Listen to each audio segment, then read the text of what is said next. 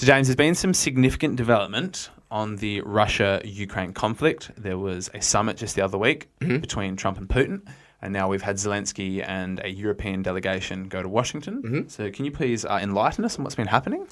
Yes. Well, I think, Geordie, this has been arguably one of the biggest diplomatic events, like in a very long time. Yep. I believe it's been close to a decade, if not a decade, since Vladimir Putin met with an American leader. The purpose of this, shall we say, the purpose of this summit, of having the two leaders meet, was to supposedly to discuss the situation in Ukraine. However, as we will discuss, I don't think that's actually much is going to eventuate. Yeah. Look, the Russians, even the BBC has reported that Russia has little interest in agreeing to talks while its troops have the upper hand on the front line. Yeah. So I think in terms of actually developing a ceasefire or a more permanent peace, I do not believe that this is actually going to get any closer towards that. But I do think it is... It's part of the process. It's part of the process, but I do think it is important that we have strong diplomatic relationships, a strong diplomatic relationship between these two countries. The great powers in the international system, the ones that are armed with nuclear warheads, should be talking. They should have a direct phone line to each other, in my opinion, as we had back in the 60s between Kennedy and Khrushchev, for example. They had a direct phone line between each other. Despite the liberal media, they've been freaking out a lot about this. Can I just add that I saw there is the international affairs reporter for the ABC. His name slips me right now. His report the other day I was listening to, and the first thing he said, that it is safe to say that Vladimir Putin has played Donald Trump. Yeah. I was just listening to this, and you can elaborate and talk about this, but I was just like, oh my God, Father. Is that your conclusion after they sit down for the first time, that the US and the Russians are actually talking to each other? Yeah.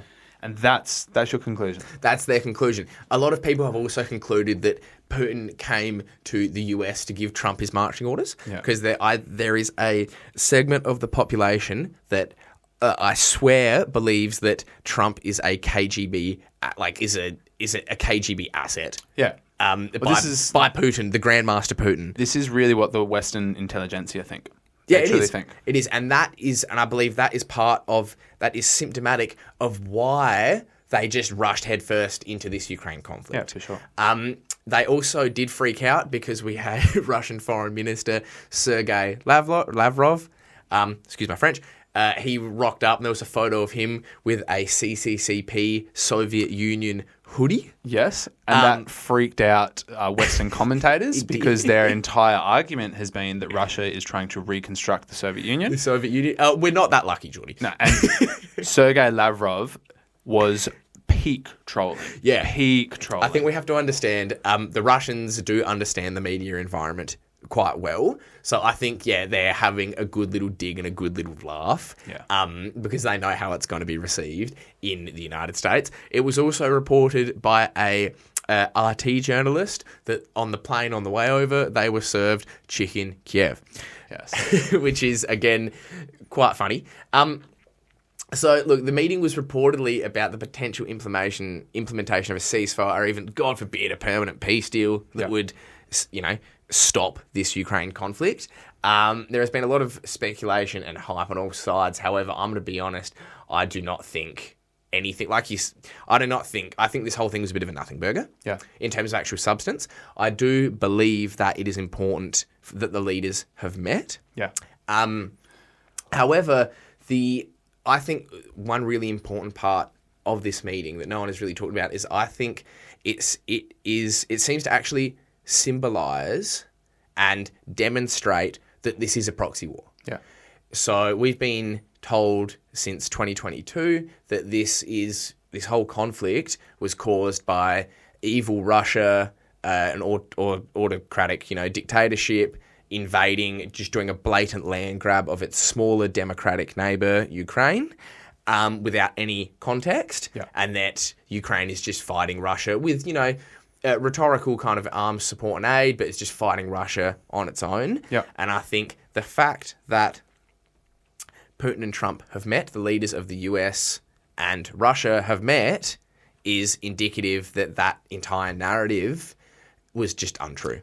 Well, it does show, in my opinion, who are really fighting each other. Who's really fighting each other. Without the material support and the political support of the US, Ukraine does not have a chance. Exactly. And Vladimir Putin has actually said he would not see anything productive coming from him meeting with Zelensky, because Zelensky isn't the one running the show. Yes. I think. And that is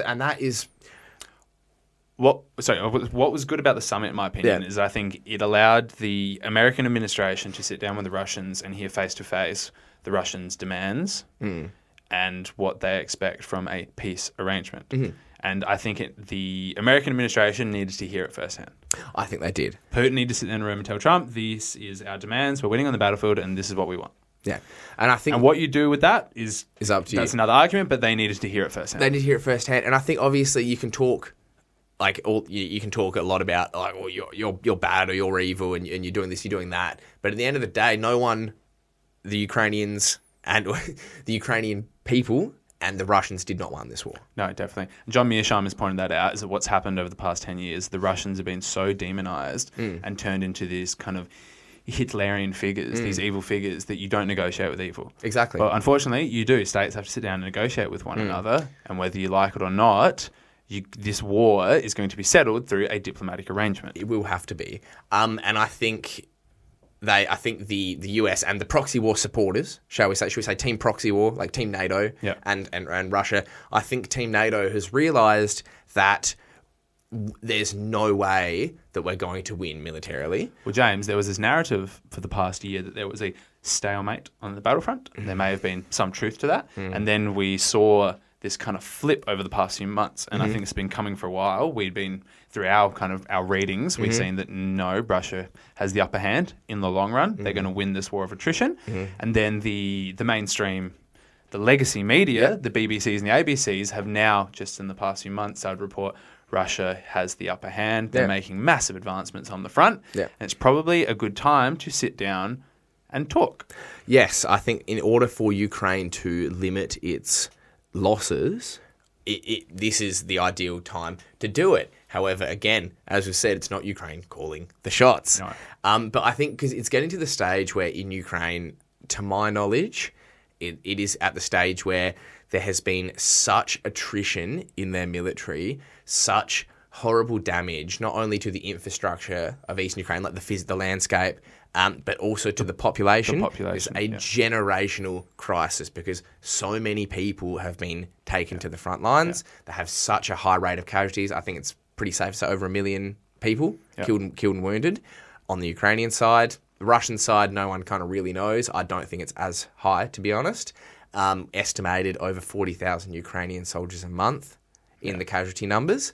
And so even though Team NATO and Europe wants to keep this going, you're just going to run out of men, unfortunately. And Zelensky at home in Ukraine is not very popular either.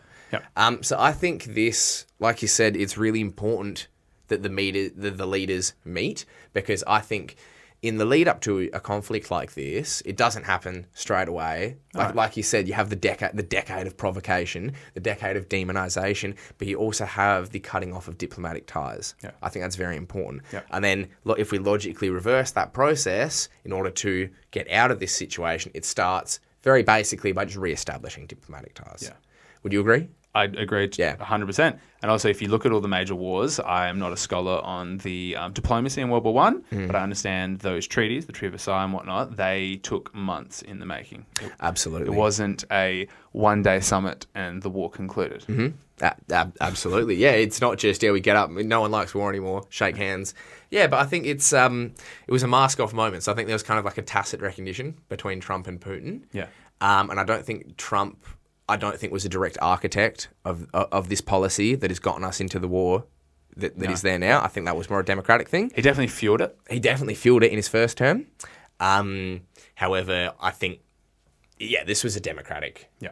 policy. I think the Republicans and the neocons there, I think they're a lot more concerned with the Middle East and Asia, personally. So after this summit between Trump and Putin, Yes. what kind of happened next? Where have we gone to in the diplomatic relations? Well, Geordie, between the Russians and the Americans, not much. They've just established that they're meeting. That's why I think this whole thing, the substance of it was a bit of a nothing burger. Yeah. But I think the importance of it was the establishment of the diplomatic Symbolic, relation. but necessary. Yeah, Yeah, absolutely. It's funny. You can go you have the Patrick Bet David, the PBD podcast, all these kind of manosphere influencers being Trump, look at these negotiating tactics that Trump made. Trump stood still. Vladimir Putin walked towards him. Handshake. B-2 stealth bomber flies overhead. Masterful display. And it's horrible.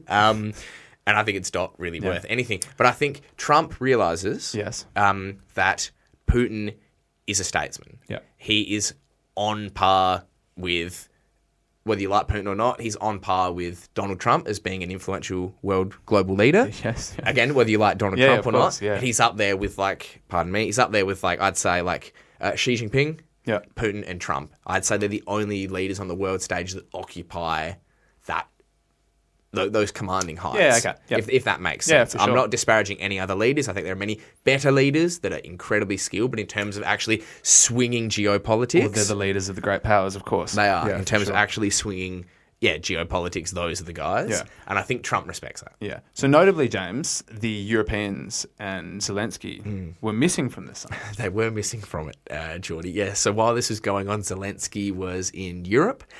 He doesn't seem to spend much time in Ukraine itself. Yeah. I wonder why. However, shortly after the summit between Putin and Trump ended, a delegation of European leaders, including Zelensky, made their way back to Washington.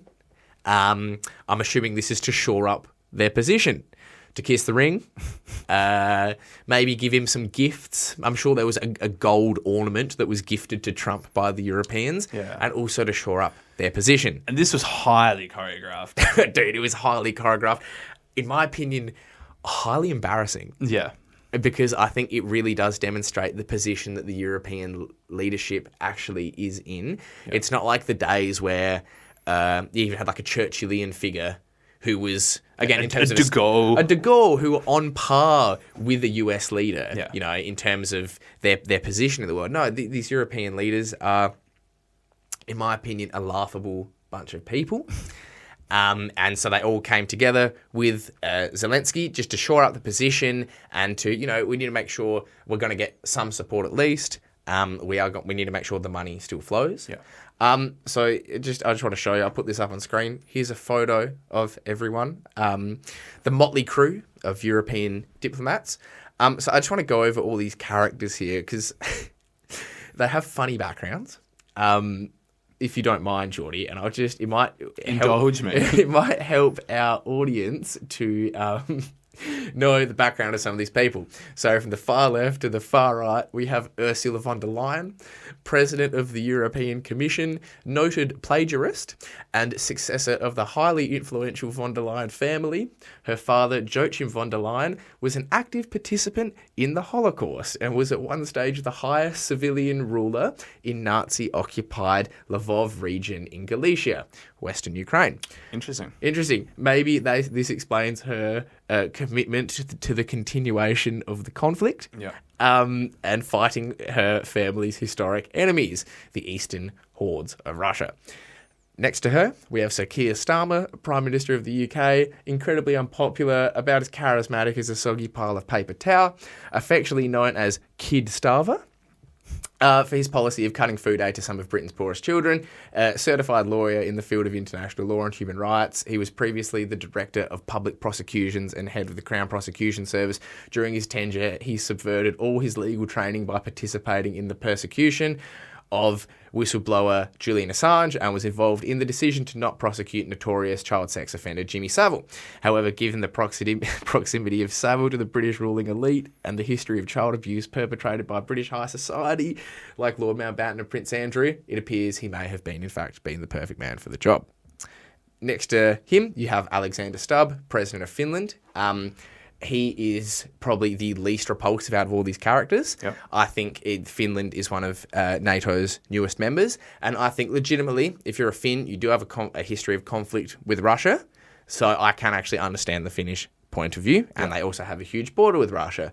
Next to him, you got the Don, Donald Trump himself. Next to him, you have Zelensky. Next to Zelensky, you have Emmanuel Macron, President of France, Rothschild banking prodigy, and one of the most vociferously involved in the conflict with Russia, having desperately trying to retain France's position as a European power, almost in a Napoleonic sense, despite his shady history concerning the way he met his wife, which he himself described as a very French affair, and doubts behind his educational competence. He somehow seems to come across as the most competent and put together statesman of the bunch. Next to him, you have Meloni, PM of Italy, daughter of a convicted drug trafficker. She's also a firebrand in the Italian post-fascist political scene. She was quoted with saying Mussolini was a good politician and has at least reportedly rhetorically paid homage to Il Duce. She's been at the head of far-right politics. It's funny, she did the old Donald Trump move of saying, I want to get out of NATO and have an independent policy. Lo and behold, gets into power. Staunch NATO advocate. Yes, that's definitely right. Yep. And from the photos I've seen, she was the only one that didn't look heaps impressed by Donald Trump's aura. No, I don't think so. There's a funny clip of her actually talking to Trump and just being like, yeah, I don't really like answering questions. I don't want to speak to any of these reporters or any of these people, which I thought was funny, shows how sincere she is. Next to her, you have Friedrich Merz, Chancellor of Germany, serving on the board of BlackRock Germany. He no doubt has a lot of personal and ideological investments in the continuation of the conflict. He started his political career in West Germany, being a staunch anti-communist, but also represents pretty well the financial interests that have the most to gain by dividing up and privatising Ukraine's vast mineral and agricultural wealth. He's a bit of a black horse figure because, as you said, he was the former, president of BlackRock in Germany? No, he was pardon me. Sat on the board. He was on the board. Yeah, he was sat on the board. He was an executive. Yeah, very interesting. Comes across as a very competent and astute politician. He understands how power politics works. Absolutely. And I think he is going to go through and represent the German interest to push this war forwards. And as you said, to push for the privatisation of large segments of the Ukrainian economy. Absolutely. And that's one thing, before I get onto our last character, who's kind of funny, that's one thing is that Ukraine has, that's been one of the main aspects, as you would know, is lots of these foreign investors and foreign companies coming in and saying that we'll keep supporting you, but you have to sell off your farmland. Yeah. You have to sell off your mineral rights. Privatise your industries, yes. Yes, of course. And that is a really nefarious aspect of this whole conflict. Yeah. And I think he's a perfect representative of the financial interests that are set to gain. Yes.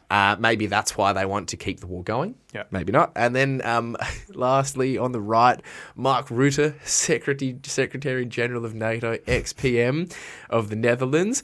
I find Mark Rutte hilarious. He always has a goofy smile on his face. Loves Trump, refers to him as daddy. So he is truly fulfilling the time-honoured tradition of NATO in keeping the Americans in, keeping the Germans down, and keeping the Russians out. This man's entire purpose for existing is to perpetuate war with Russia, because that way he ensures that Europe always has the military might of the US at its back and never actually has to develop an independent foreign policy that would arguably benefit the citizens of Europe and the wider world. He is a funny figure, isn't he? I find him hilarious. And he's one of those people, he always has a funny smile. He always looks like he's having a good time. Yeah. And even though he is the Secretary General of NATO and a warmonger, I'm like, I reckon I could get along with you. You can probably on a person-to-person basis. You can probably attribute it to his Dutch idiosyncrasies, maybe. Yeah. However, it is quite funny. I remember when they were negotiating the peace deal between Iran and Israel. He said, yes, he was referring to Trump. He goes, yes, sometimes daddy has to just go off and tell the two kids in the playground, let them fight for a bit, and then you stand back and tell them what to do. Yeah, sometimes daddy has to use harsh language, and then Trump was just like, I am daddy, actually. Dude, it's hilarious. An odd character. He's an odd character. Head of NATO. But do you think, let's just think in a head of NATO, but in a perfect, and he's funnier than Jens Stoltenberg, the old guy. He was very dour. Yeah. Mark Rutte is funny, and we need funny people at this depressing time. We do. in You're world right. politics. That's true. I think that, look, obviously, the whole purpose of the European delegation was to go to this is from what I can gather, to go to Washington and to shore up support for their project of keeping the Ukraine war going. Yes. Now, at the end of the day, I think that they should be the ones, as their nations are the ones most heavily suffering from besides Ukraine, the rest of the European community is heavily suffering from this conflict due to the lack of energy, due to the general destabilization throughout Europe that has happened because of this. You'd think that these people would be the ones pushing for a peace deal or a ceasefire the most. Again, you'd think they'd want it'd be within their interests to get behind a peace deal as soon as possible. You would think so. However, the Europeans are the ones that are pushing for a ceasefire and to freeze the conflict along the lines at the moment, which is not going to create a lasting and just peace per se. No. I don't think so. There needs to be an actual proper peace arrangement and a security architecture that can be agreed into the future. And I think, again, this demonstrates, Jordan, you can tell me what you think, but this demonstrates this demonstrates the belligerents. This tells us who the belligerents are. Again, it's not Ukraine and Russia. It's Russia and NATO and the US. That's right. And yeah, it boggles my mind that these people are still trying to just keep it going. Yeah. I have a few theories. Do you have any theories about why they want this to keep going? Oh, well, they want to keep bleeding Russia because in my opinion, that was one of the major reasons for the war. Yes. That they could exploit this conflict between Ukraine. They could bog Russia down, bleed it, and ensure that it doesn't become a strong power into the future. Yeah, it doesn't. And that they could basically bog Russia down, use this conflict to separate Russia and China, isolate the two of them, and then confront and pursue the containment policy against China. Correct. I completely agree. I think it's that's the big picture in my opinion. That's big picture, and I agree. I think it's three-pronged strategy. Iran as well. Yeah. Iran, Russia, and that will limit China's because they both export energy to China. Having them out of the picture would severely limit China's ability to keep growing and maintain its economic position as a global leader. And I think also ideology is important here because if we go back and look at the Dems, if we look at them, like the Jake Sullivans, the Joe Bidens, very strong Russia-phobes, massive anti-communists, especially Joe Biden. And I think they still attribute Russia, they still attribute the Russian identity to the Soviet Union. That's how they still see them. Yes. And they are fighting that holy war against Russia, against Russian communism, even though Russia's not a communist country anymore. Definitely not. And I think in the Republican Party, I think the ruling elites of that party are very different in their ideology. They see a lot more in common with the Russians. I think they really do. I think they see them as the kind of Christian, sort of conservative nationalist state within Europe, within that Eurasian landmass, and they see that they have more in common with Russia as far as geopolitical strategy goes. They have more in common with Russia than they do with China. And if they can create a peace agreement with Russia, settle that, bring Russia onto their side, and as we said, isolate China because they're the real enemy. Yeah, absolutely. I think as well, for these European leaders, I think to me it becomes clear that Europe isn't independent.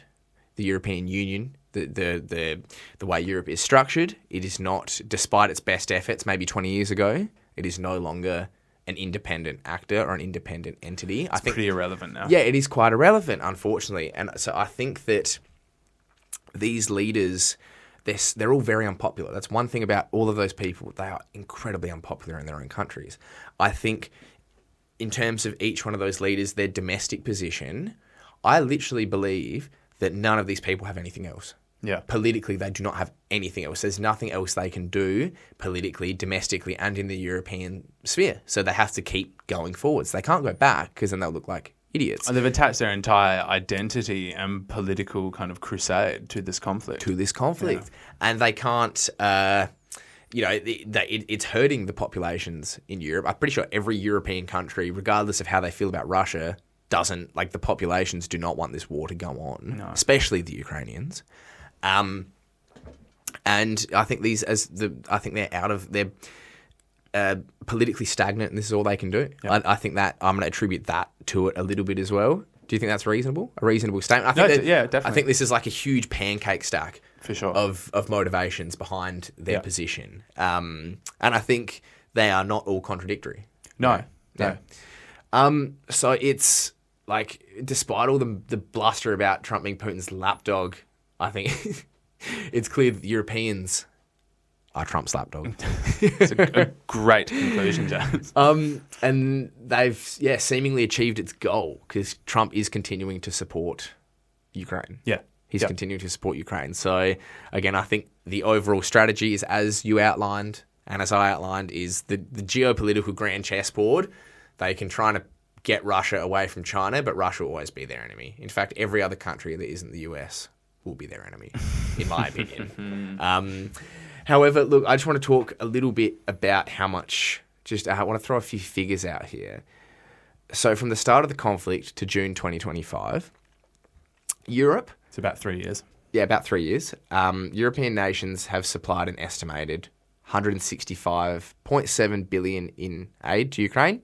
Washington has given an estimated 130.6. This is according to a German research group. So that is a total of 296.3 billion US dollars. So a lot of that money has been in the form of loans to Ukraine, which they are expected to pay back. Yes. It's never really discussed how and when. No, especially when they don't have a workforce. Their working age men have been depleted, their economy ruined. Absolutely. A third of their state taken. Yeah. And so I guess it's kind of assumed that they will attempt to repay it back by just selling off their economy and their former state-run industries. Yep. Their agricultural land, for example. And then lots of the military aid is supplied so they can continue to purchase arms and munitions from US and EU arms companies. Yep. So regardless, I think this is a pretty solid reason for why these people all want to keep it going as well. For sure. No, seriously. So regardless, it's Western capital is benefiting from keeping this war going. Western capital is in European, American arms manufacturers. They benefit. As it always has. As it always does. The financiers. The financiers, yeah. And so you get this thing where you get the private interests benefiting, like just siphoning money out of the public tax base. Yeah. You know what I mean? That's right. And I think as long as the money keeps flowing, then the war's going to keep going, unfortunately. Right, and it shows you how that wealth is being redistributed from the general populace of Europe and America right into the hands of these weapons companies. Of these weapons companies and all these horrible, these actors. Yeah. Just for context, the entire figure, so it's 296.3 billion. In 2021, the entire Russian military budget, I think it's a bit bigger now, but in 2021, before the start of this war, it was 65.9 billion, right? The cost to rebuild Ukraine is going to be an estimated 500 billion.